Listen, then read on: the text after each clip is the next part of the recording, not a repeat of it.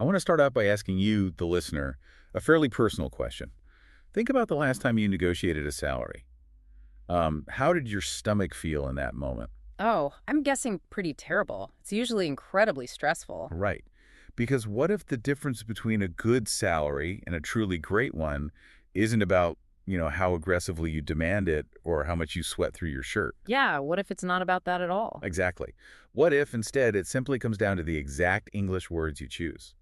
So today we are doing a deep dive into a stack of materials, everything from behavioral psychology research on negotiations to HR insider articles and real-world case studies. It's a really fascinating mix of sources. It is. And our mission today is to extract a definitive toolkit for salary negotiations, specifically tailored for high-stakes professional conversations in English. And, diving into this research really requires a massive paradigm shift right out of the gate. Oh, how was say? Well, when we hear the word negotiation, we almost universally picture this tense, high-pressure showdown, like a winner and a loser. Yeah, like a boxing match or something. Exactly. But the data shows the most successful salary negotiations are not confrontations at all.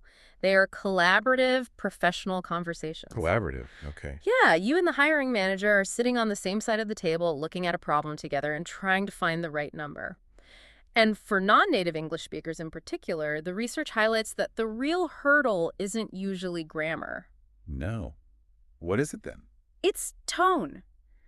It is incredibly difficult to calibrate your vocabulary so you avoid sounding apologetic and weak on one hand or rigid and aggressive on the other. I really appreciate that shift in perspective. It takes the heat out of the room, right? Yeah. It's not a boxing match where you're trying to land a knockout punch. Not at all. It's more like a puzzle you're trying to solve with the hiring manager. Right.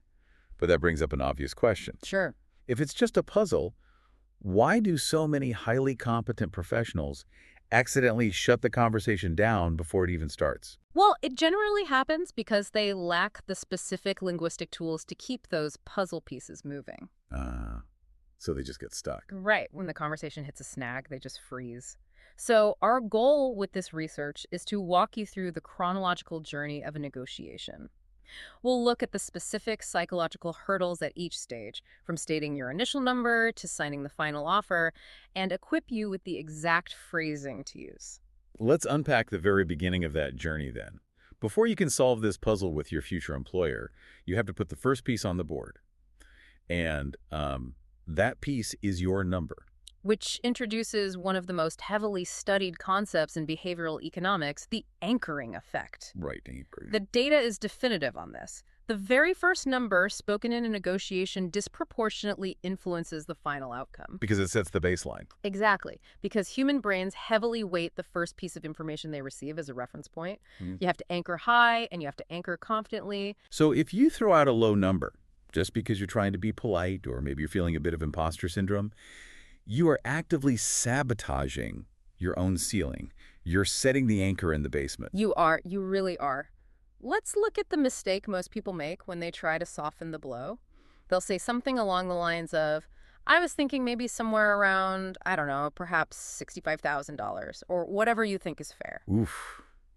You can just hear the difference in that. It bleeds uncertainty. He does. It practically invites the hiring manager to lowball you because you've just told them you don't really know your own market value. Right. It fundamentally undermines your professional standing before you even start the job. Now, compare that to a confident anchor based on the research models. You would say, based on my research into market rates for this role and my experience in data analytics, I'm looking for a base salary in the range of $75,000 to $85,000. Wow, that feels completely different. It's grounded. Let's break down the mechanics of why it works. First, starting with the phrase, based on my research, immediately shifts the number away from your personal emotions. It makes it objective. Exactly. It grounds it in objective data. Second, mentioning market rates signals to the employer that you actually understand the industry landscape. Which is huge. Yeah. And finally, you are anchoring with the top of your range. Okay, I want to push back on that range aspect for a second. Sure, good.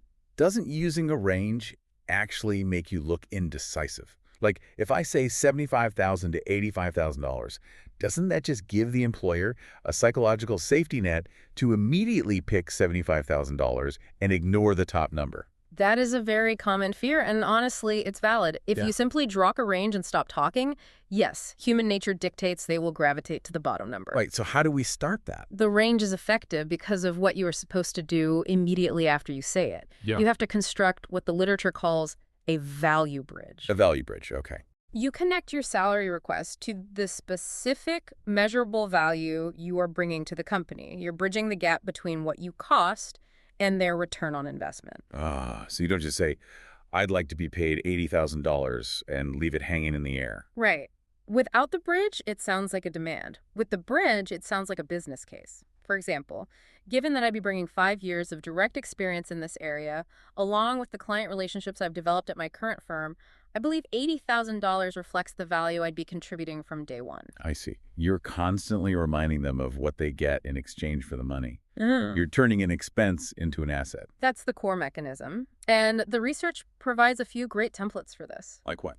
Well, you might say, in my current role, I've increased sales by 20%.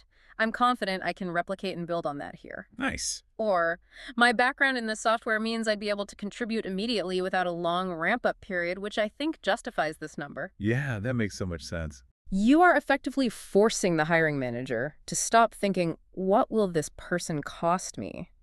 And start thinking, what is the ROI of hiring this person? Okay, so you've set your confident anchor, you've built your value bridge, the ball is now firmly in their court. But how do you handle their first serve without dropping the ball? Because this is where the adrenaline really starts pumping. Oh, absolutely. It is the most critical juncture of the conversation. When they come back with their first counteroffer, you have to remember one fundamental rule of corporate finance. Which is? The first offer is rarely their maximum budget. Room for negotiation is almost always built into the initial number. Which means the worst thing you can possibly do is just accept it immediately. Yes. Accepting instantly signals that you would have happily taken even less, which leaves money on the table. Uh-huh. But the second worst mistake, according to HR professionals, is having an emotional reaction, saying something like, oh, wow, that's quite a bit lower than I was hoping for. Oh, yeah. That instantly injects awkwardness and tension into the room. It really does. So how do we handle a disappointing number like a professional? You pause, you acknowledge their effort, and you counter politely. The script is, thank you, I appreciate the offer. I was expecting something closer to $85,000. Is there flexibility on the base salary? Is there flexibility on the base salary? I love how smooth that is. It asks a question without making a demand. Exactly. It opens the door for collaboration. And if the offer is incredibly low, like borderline insulting you, just adjust the script slightly to maintain the high ground. How so? You'd say, I appreciate the offer and I'm genuinely excited about this opportunity. The number is a bit lower than I was anticipating. Based on my research, I was hoping we could get closer to $85,000. Is that something we could explore? But what if you hit the dreaded brick wall? You ask to explore it, and they say, I'm sorry, but that is our absolute maximum budget for this role. I feel like that's the point where 90% of people just give up, sigh, and say, okay. Oh, definitely. That's a very common roadblock. But if we look at the broader mechanics of corporate compensation, a maximum is often just a rigid constraint for that specific line item. You mean the base salary? Right. It is not a final, unchangeable fact for the entire compensation package. Oh, right. So instead of fighting the wall, you walk around it, you pivot. You pivot to total compensation. You say, I understand, I appreciate you being direct about that. If the base salary is fixed at that level, I'd love to explore whether there's flexibility on other parts of the package, things like a signing bonus, additional vacation time, or an earlier performance review. That is such a brilliant maneuver. You are validating their constraints. You're not arguing with them, but you instantly open up 3 new avenues for negotiation. Exactly. If they can't move on base pay, maybe they can give you an annual bonus, remote work options, a professional development budget, or stock options. You force everyone to stay in problem-solving mode. And once you make that pivot, or frankly, once you name any number at all, you must deploy what negotiators call strategic silence. Ooh, this is the hardest technique by far. It requires immense discipline. After you state your anchor or make your counteroffer, you have to stop speaking. Completely. Wow, just dead air. Yes. Do not state your number and then nervously backpedal by adding, but I'm flexible, or, though I completely understand if that's too high for your budget. Earlier, I used the tennis analogy. It's like hitting the tennis ball over the net and then just waiting for them to hit it back. If you keep talking to fill the quiet, It's like sprinting over to their side of the court just to hit the ball back for them. That is a perfect visualization. And psychologically, silence creates an incredibly heady vacuum in the room. Because we hate awkward silences. Right. Human beings are socially conditioned to abhor silence in a conversation. We want to fill it. When you stay quiet, the hiring manager will feel immense psychological pressure to fill that vacuum. And what do they usually do? Very often, they will fill it by negotiating against themselves or offering a concession. You say, based on my experience and the market data, I'm looking for $82,000. And then total silence. I love that. And it's worth noting that you don't even have to solve the whole puzzle right there on the spot. Because another key tool in the kit is simply asking for time. Right. You should never feel pressured to accept or reject an offer in the heat of the moment. Adrenaline makes us make poor financial decisions. Oh, definitely. Asking for time is graceful and standard. You say, thank you so much. I'm genuinely excited about this opportunity. Would it be all right if I took until Friday to review the full offer and get back to you? As a rule of thumb, give yourself about 48 hours. What if they try to squeeze you? Like, well, we have other candidates, so we really need an answer by the end of the day. Then you stand your ground politely, framing your delay as a benefit to them. You say, I want to make sure I give this the consideration it deserves. I'd hate to say yes immediately and then have second thoughts. A day or two would really help me feel confident about the decision. That's good. That response shows that you aren't playing games. You're just a deliberate, thoughtful professional. Theories and psychological frameworks are fascinating, but I want to look at exactly how these tools perform in the real world. The source material outlines a great case study about a woman named Priya. Yeah, Priya's story is a fantastic demonstration of this framework in action. Priya received a job offer on a Tuesday morning. The number came in at $66,000, which was $12,000 below what she had been hoping for based on her market research. Ouch. That's a huge gap. It is. Now, historically, Priya noted she would have just swallowed her disappointment, assumed she wasn't worth more, said thank you, and asked when she could start. Which is what so many people do, honestly. But this time, she had the script. She did. Despite her heart racing, she paused. She acknowledged the offer warmly, and she used the exact phrasing. She said, thank you, I appreciate this. I was expecting something closer to $78,000 based on my research and experience. Is there flexibility on the base salary? And then she hit them with the strategic silence. Total silence on the phone. It lasted several seconds, which feels like an eternity in a negotiation. Oh, I can imagine. Finally, the hiring manager broke the silence and said, let me check with the team and see what we can do. The very next day, they called her back and offered $75,000. Wow. Okay, so she didn't get the full $78,000, but she got a $9,000 increase from their initial offer. Exactly. Just from asking one single question, removing her own emotional reaction, and then shutting up. That is quite literally a $9,000 question. It proves that relying on a framework removes the fear from the interaction. The script does the heavy lifting for you. But let's escalate this. What if you have even stronger leverage? Okay, like what? Well, what if you aren't interviewing for a new job at all, but you want to negotiate a raise at your current company? Here's where it gets really delicate. Let's say you have a competing offer. In the corporate world, that is the holy grail of leverage. But it's so incredibly easy to sound like you're holding your employer hostage if you deliver that news poorly. You're absolutely right to highlight the risk there. If you sound arrogant or deliver an ultimatum, they might just call your bluff and tell you to take the other job. Which is the nightmare scenario. Right. You have to use competing offers tactfully, positioning yourself as an ally who wants to stay. You say, I want to be transparent with you. I do have another offer on the table at $90,000. This role is genuinely my preference because of the team culture, and I'd love to find a way to make the numbers work. Is there any room to get closer to $90,000? That is remarkably disarming. You're flattering them by saying they are your preference, but you're firmly establishing your market value as an objective fact. Exactly. And if you don't happen to have a competing offer, the research notes you can use market data to create a very similar effect. You can say, sites like Glassdoor and LinkedIn Salary suggest the range for this position in this market is typically between X and Y. I'm hoping we can land within that range. It accomplishes the exact same psychological goal. It makes the number a reality of the external market, not just your personal greed.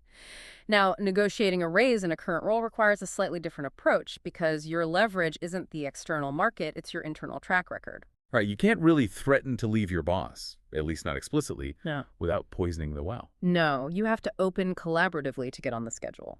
You say, I'd love to find some time to discuss my compensation. I feel like my contributions over the past year position me well for a salary review. Would you be open to that conversation? Very polite. Then, when you actually sit down for the meeting, you make the business case. Since we last discussed salary, I've delivered Project X and secured Client Y. Based on what I've taken on, I believe a salary of $95,000 would better reflect my current contribution. Okay, let me play devil's advocate here. You make your perfect business case, Mhm. and your boss gives you the classic corporate deflection. It's just not the right time right now. Budgets are really tight. The materials suggest replying with, could we set a specific date for this conversation so I have something to work toward? But honestly, doesn't that feel a bit pushy to say to your boss? It might feel uncomfortable internally, but professionally, it is essential boundary setting. If a manager says, not right now, and you fail to secure a follow-up date, not right now, effectively translates to never. Ah, yeah, that's true. By asking for a concrete date, you are simply converting a polite brush-off into a professional commitment. You're showing them that you take your career trajectory seriously and you aren't going to just fade into the background. That makes total sense. You're holding them accountable to their own words. So whether you are entering a brand new role or fighting for a raise where you are, the exact words you use as you wrap up the negotiation are going to dictate your ongoing professional relationship. Which is why perfecting your tone, projecting confidence without arrogance is so vital. This comes down to the specific vocabulary you deploy. You want to heavily rely on phrases like, I believe, based on my experience, I'm confident that, and I think we can find a number that works for both of us. And on the flip side, you need to ruthlessly eliminate weak phrases like, I know this might seem like a lot, but which just undermines you before you even make your point, or aggressive phrases like, I need, or you have to. Yeah, and perhaps the most dangerous word to avoid in any negotiation is deserve. Wait, I want to pause on that deserve thing. Because we are constantly told in mainstream career advice to know what we deserve and demand what we deserve. Are you saying the research contradicts that advice? Well, knowing what you deserve internally is fantastic for your self-worth.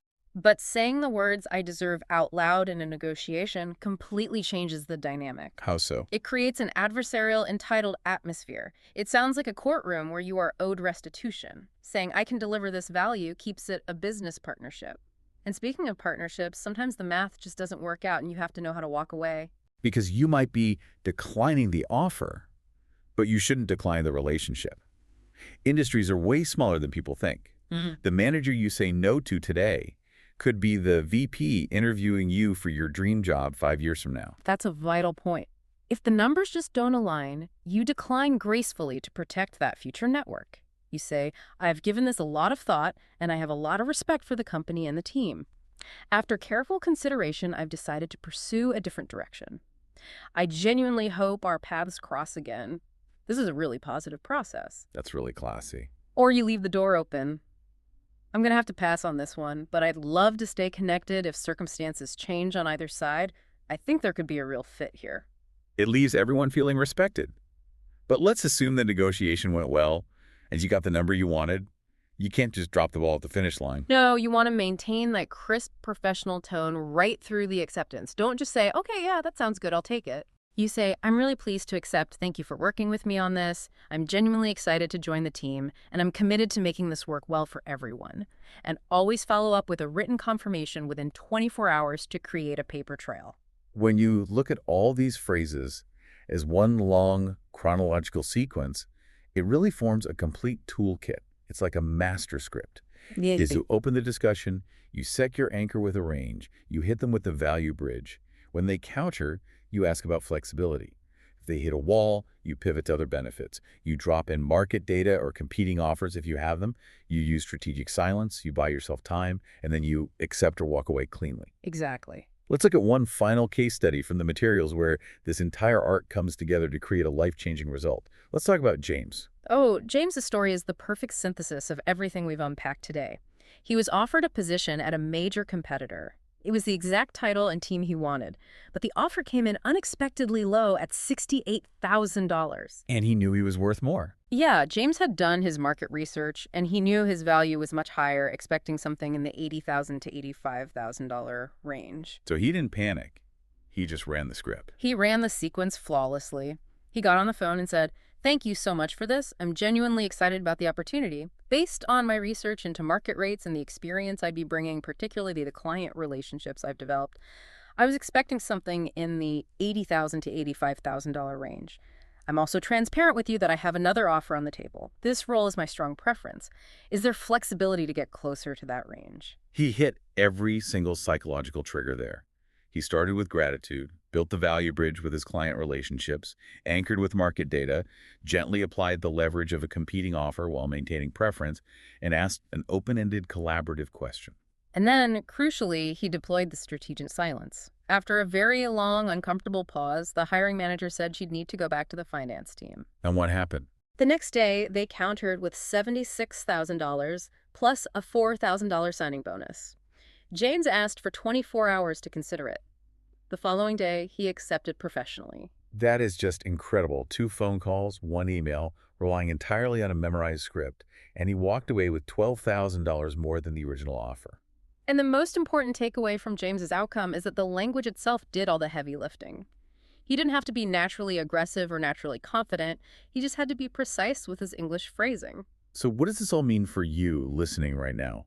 Why is it so crucial to master this specific linguistic toolkit today, even if you aren't looking for a job? Because the money you negotiate today compounds for the rest of your career.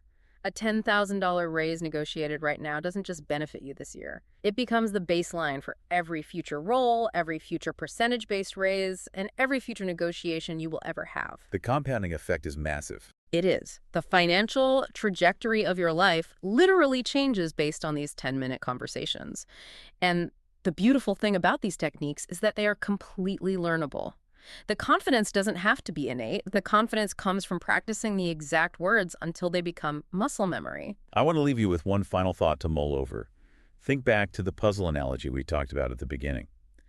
If memorizing a few carefully chosen English phrases can objectively unlock thousands of dollars in a single 10-minute conversation, what other high-stakes interactions in your life are failing simply because you haven't found the right script yet? That's a great question. Whether it's buying a house, setting boundaries with a difficult client, or navigating a conflict with someone you love, maybe it's not a fight at all. Maybe it's just a puzzle waiting for the right words.